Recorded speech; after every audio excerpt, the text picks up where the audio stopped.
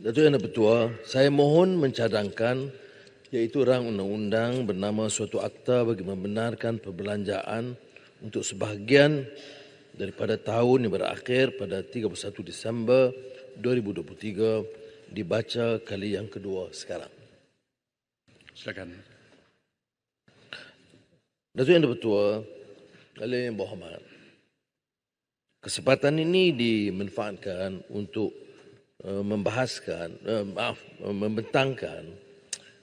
rang undang-undang yang terkait dengan emolumen atau gaji yang mesti diselesaikan pada bulan Januari dan juga beberapa pertimbangan komitmen seperti kontrak yang sedang berjalan ataupun hutang yang harus dibayar. Ia tidak melibatkan projek-projek baru kerana ini akan dapat dibahaskan oleh Yang Berhormat setelah Parlimen dirasmikan oleh Yang di-Pertuan Agong dan belanjawan baru dibentangkan yang ikut jadualnya akhir Februari atau awal Mac. Tetapi oleh kerana perkembangan mendesak semasa seperti banjir yang juga telah mula meragut nyawa di Pantai Timur dan juga beberapa keperluan segera, maka ada pertimbangan untuk menyegerakan dan memberikan penambahan tidak dari segi belanjawan kerana ini hanya tertakluk pada bulan Mac, tetapi penyesuaian dari kelulusan yang ada supaya dapat diperkasakan nadma dan pertukaran tambahan untuk khususnya di Terengganu dan di Kelantan. Dan saya bercadang untuk segera ke sana untuk memantau dan membantu apa-apa yang dirasakan mendesak. So, Yang Di-Pertua, oleh kerana ini kesempatan awal, saya ingin mengucapkan sekali lagi tahniah kepada Datuk Yang Di-Pertua dan saya percaya tugas ini juga mencabar seperti kita lihat gelagat yang berlaku semalam. Kalau bagi pihak kerajaan, saya ingin bagi jaminan dan TPM Tua telah pun sebagai Ketua WIP telah pun diminta untuk memaklum kepada ahli yang berhormat supaya menjaga susila Dewan ini dan apapun perkembangan tidak melanggar batas adab dan susila dan menghormati peraturan Dewan. Dan saya harap hal yang sama juga akan dilakukan oleh Ketua Pembangkang dan Ketua WIP sebelah Perikatan Nasional. Ini kerana kita tahu sidang Parlimen ini ditonton, kita boleh berbeza pendapat, boleh bertengkar, tetapi harus jaga kemuliaan Dewan ini dan tidak keterlaluan kerana ini akan ditertawakan oleh rakyat dan melihat seluruh Dewan ini menjadi gelanggang seperti mana disebut dalam sosial media sirkus. Jadi ini saya serah kepada kebijaksanaan Yang Di-Pertua, tapi saya bagi jaminan kita akan beri sokongan penuh kalaupun tindakan itu perlu dikenakan ke atas ahli yang berhormat daripada pihak Kerajaan Perpaduan. Yang kedua Yang Di-Pertua ialah untuk mengucap terima kasih kepada semua ahli yang berhormat termasuk dari pembangkang yang memberi sokongan ataupun yang menyatakan undi percaya atau keabsahan itu tidak diperlukan. Bermakna mereka menerima kenyataan ada perubahan dan tanggungjawab yang saya pikul diberikan ruang untuk meneruskan tugas tanpa gangguan dari sudut mempertikai keabsahan. Beberapa ahli yang berhormat termasuk Arau, Pasir Mas bangkitkan mengapa dikemukakan usul. Mereka harus baca sendiri kenyataan paguh yang mencabar supaya disahkan keabsahan.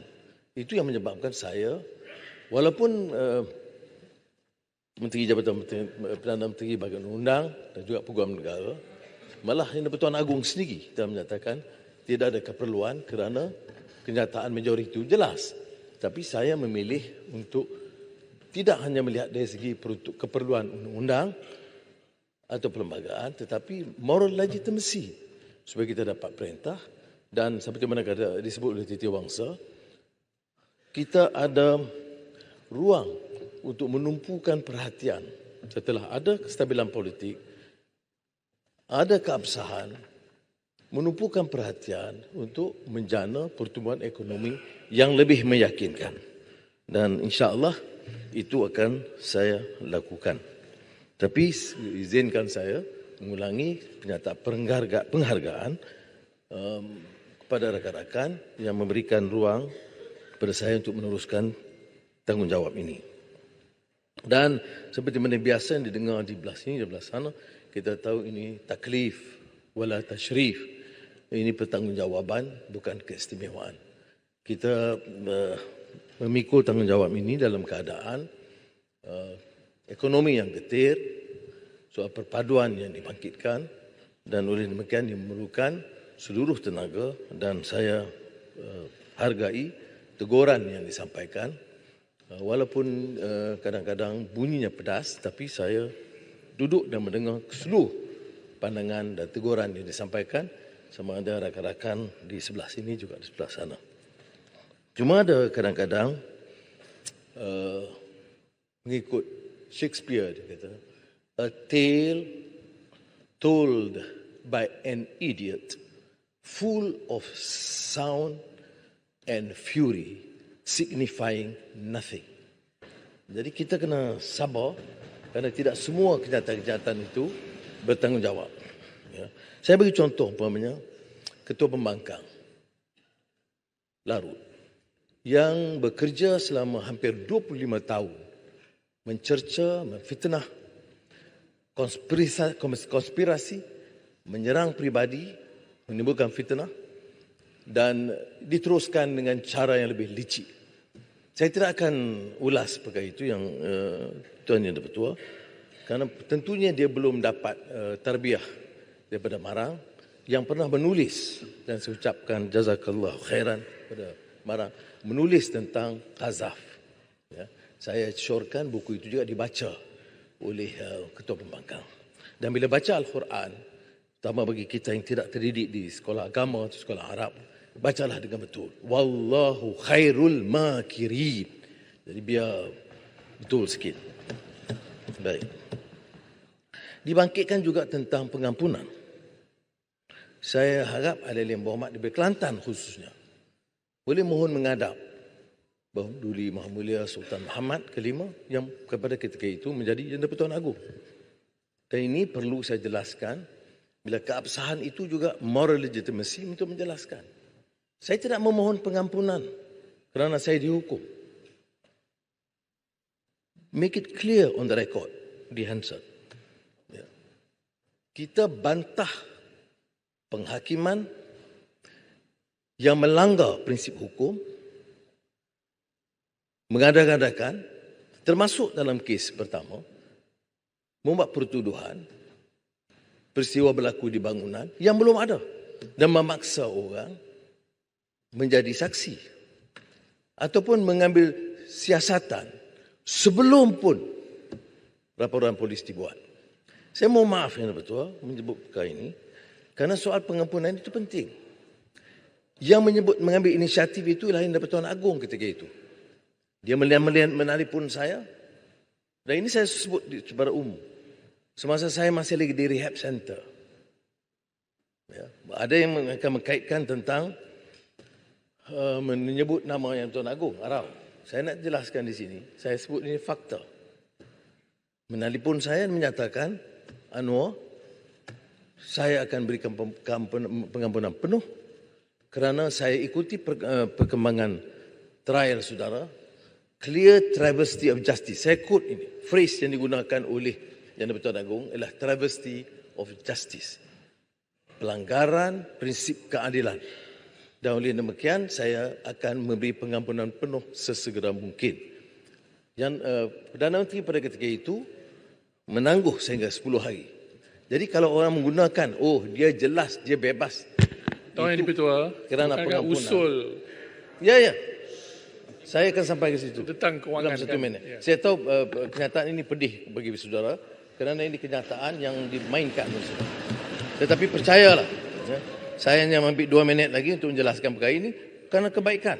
Saya tidak menafikan Yang Berhormat tidak tergolong begitu. Tapi rakan-rakan saya terutama senior dalam PAS begitu berjasa kerana mereka turun ke bawah menerangkan prinsip ini. Tidak Yang Berhormat yang lain, ya, ramai. Dan saya tidak pernah menafikan sumbangan khidmat mereka yang tidak melayani fitnah dan menganggap ini konspirasi yang juga melibatkan Larut. Jadi itulah sebabnya mereka perkampungan dibuat. Yang kedua, kita ada perbezaan jalur politik, tentunya. Dan pembentukan kerajaan perpaduan ini juga menimbulkan sedikit pertikaian. Tetapi sudah dilakukan keabsahan. Kota Baru pertikaian soal Dombor. Yang betul tahu Convention Parlimen, usul daripada kerajaan. Kalau tidak disetujui, dibangkang dengan suara. Itu tidak berlaku. Kalau belum puas hati, diminta belah bagi. Itu juga tidak berlaku. Jadi kita move on lah. Jadi saya ucap terima kasih kerana ramai yang mengatakan move on. Dan saya tidak berhajat sama sekali Kota Baru untuk bangkitkan lagi isu ini.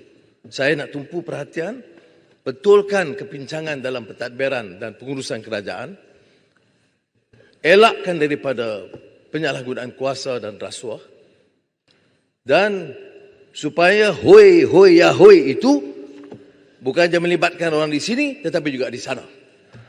Kerana di sana juga pernah menjadi menteri, pernah jadi perdana menteri dan pernah meluluskan kontrak-kontrak kepada anak menantu mereka. Saya tidak mau pilih kasih.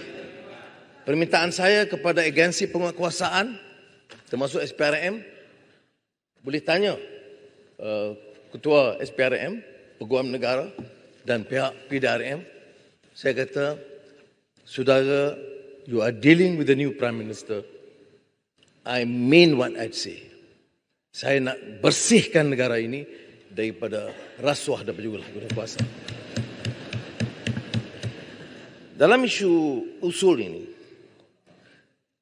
tumpuan kita dengan kestabilan politik yang dikatakan umpamanya tidak ada yang dilakukan dalam beberapa minggu ini semata-mata kerana politik. Saya nak beritahu bahawa pertamanya isu yang dibangkitkan untuk keabsahan ini adalah untuk memungkinkan kita memperoleh keyakinan dan mengurus ekonomi.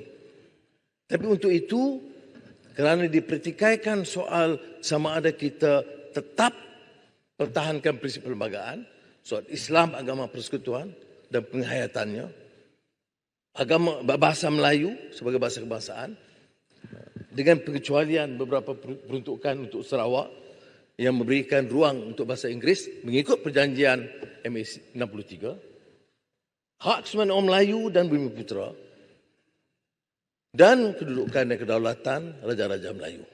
Hal itu saya ingin tegaskan tidak mungkin dipertikaikan oleh kerajaan perpaduan ini.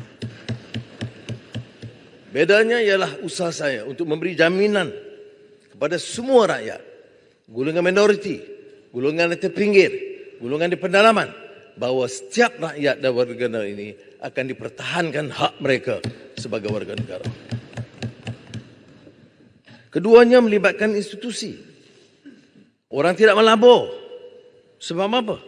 Sebab dia tidak yakin badan kehakiman atau penguatkuasaan itu telus dan bebas. Mengapa dalam litigation, kes-kes melibatkan syarikat-syarikat besar selama ini, mereka pergi ke Singapura dan sebelumnya di Hong Kong dan tidak di mahkamah-mahkamah kita. Dari sebab itu, saya sampaikan kepada Ketua Hakim Negara, selaku Perdana Menteri, saya tidak akan campur urusan badan kehakiman dan mereka jalankan dengan bebas dan telus dan mereka bertanggungjawab sepenuhnya kepada perlembagaan dan rakyat dan akhirnya Allah Subhanahu Wa Taala sekiranya mereka mengadakan apa-apa tindakan yang melanggar tersebut.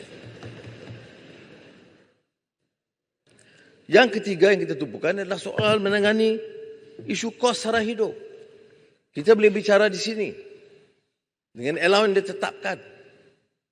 Tetapi percayalah, umumnya negara kita, terutama orang Melayu dan Bumiputera, masih dalam kategori miskin. Di Semenanjung Tanah Melayu, majoriti besar masih orang miskin.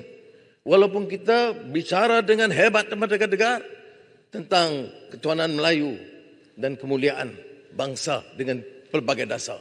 Tetapi setelah lebih 6 dekad merdeka, majoriti orang Melayu miskin. Dari depan rakan-rakan saya yang pelbagai kaum dan agama, saya menyatakan bahawa pentadbiran ini tidak akan tolak ansur untuk pertahankan kepentingan majoriti yang kebetulan adalah orang Melayu dan Bumiputera, Sabah dan Sarawak. Cuma orang-orang yang terpinggir dan miskin, sama ada orang asli atau masyarakat India, di Semenanjung Tanah Melayu ini majoriti yang paling miskin adalah Melayu. Tapi di kalangan orang asli dan masyarakat India adalah di kalangan termiskin yang tercatat. Dan saya akan lakukan segala dalam upaya saya memastikan semua yang terlibat itu akan dibantu. Nah, kalau ini dibangkitkan, maka tumpuan kita adalah yang keempat, memacu pertumbuhan ekonomi negara. Kita ada umpamanya kajian keupayaan persaingan negara di antara negara.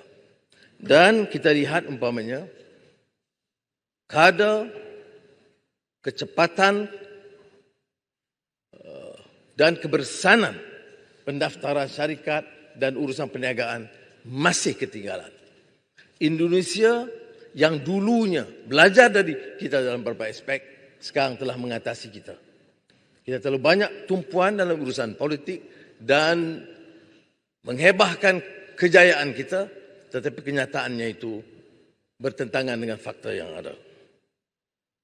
Mengenai kos sara hidup, kita telah mengadakan mesyuarat dan yang Muhammad belah sana pun tahu tentang NACOL untuk kenaikan harga barang, apa yang keperluan, termasuk yang dilakukan oleh Menteri Pertanian dan KPDN untuk memastikan keperluan itu ada. Ya, ada kemudahan. Dalam beberapa minggu, ayam, kekurangan telur, pada 12 hari bulan yang lalu, 15 hari bulan, diimport. Ini masalah kita ni kartel. Ya, masalahnya ialah menetapkan kepada syarikat-syarikat besar menentukan harga dan bentuk pengeluaran. Mesti ada kekuatan politik, tekad untuk menyatakan dalam dasar ekonomi ini kemaslahatan awam, orang ramai dan rakyat itu diutamakan.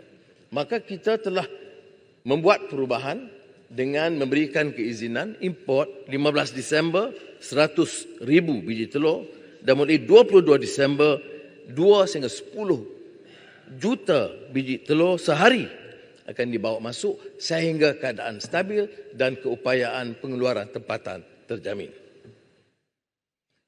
Soal tarif disebut oleh Pandan semalam. Tarif elektrik. Yang betul.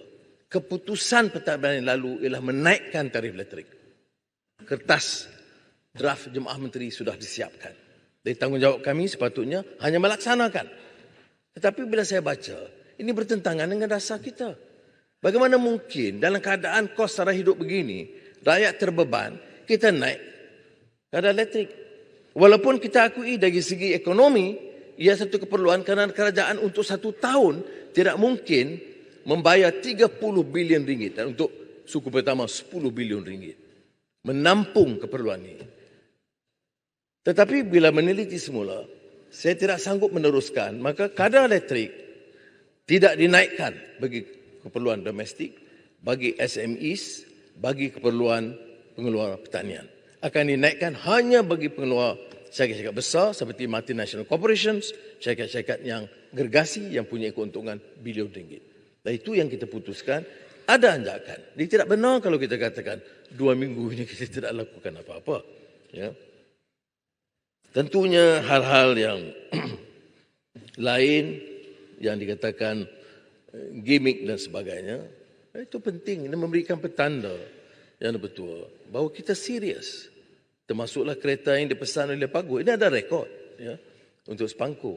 Kemudian tidak diteruskan oleh bera kerana kesuntukan masa sebelum pilihan raya dan saya gunding untuk batalkan. Itu kenyataan. Putrajaya, ini bukan rekaan. Rekodnya ada. Bedanya saya sebagai ketua pembangkang dan saya di sini, saya boleh baca rekod dalam fail dan nota. Tetapi saya tidak mahu panjang ke perkara ini, yang kerana ini ada kaitan dengan tadbir urus. Ini soal 600 bilion ringgit. Ini tunjuk apa maksud saya. Yang menyebut 600 bilion ringgit itu tak kalah bentang di parlimen, itu paguh. Yang pertikaikan adalah ketua pembangkang pada ketika itu. Kerana wang KWSP dan wang moratorium dimasukkan untuk menunjukkan kepada rakyat kita belanja banyak. Tetapi sebenarnya tidak. Yang saya bangkitkan tentang isu penyalahgunaan kaedah ini tanpa ketelusan, guna darurat, ingat, darurat untuk memberikan kelulusan tanpa tender. Ini kerana nak betulkan supaya ini jangan diulang oleh pentadbiran sekarang. Pentadbiran sekarang tidak dibolehkan meluluskan projek tanpa tender. Jadi contohnya 92 bilion dari 600 yang diberikan tanpa tender. Dan sekarang ini dalam siasatan SPRM, jadi saya tidak akan mengulas lebih daripada itu.